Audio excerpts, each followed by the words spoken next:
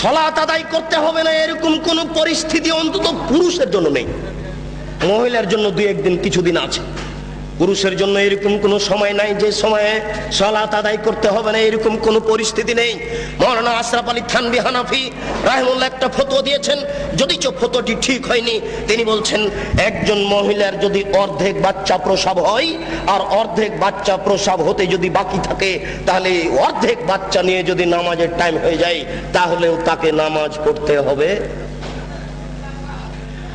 আমরা এইভাবে বলিনি, আমরা বলেছি একজন মহিলার প্রসব বেদনা উঠেছে, প্রসব বেদনার সাথে সাথে যদি রক্তস্রাব সাদা কিছু ভেঙে আসে তাহলে তাকে সালাত আদায় করতে হবে না। প্রসব বেদনা উঠেছে এইগুলি কিছু দেখা যায় না, তাহলে এই বেদনা অবস্থাতেও তাকে সালাত আদায় করতে হবে। এটাই শরীয়ত।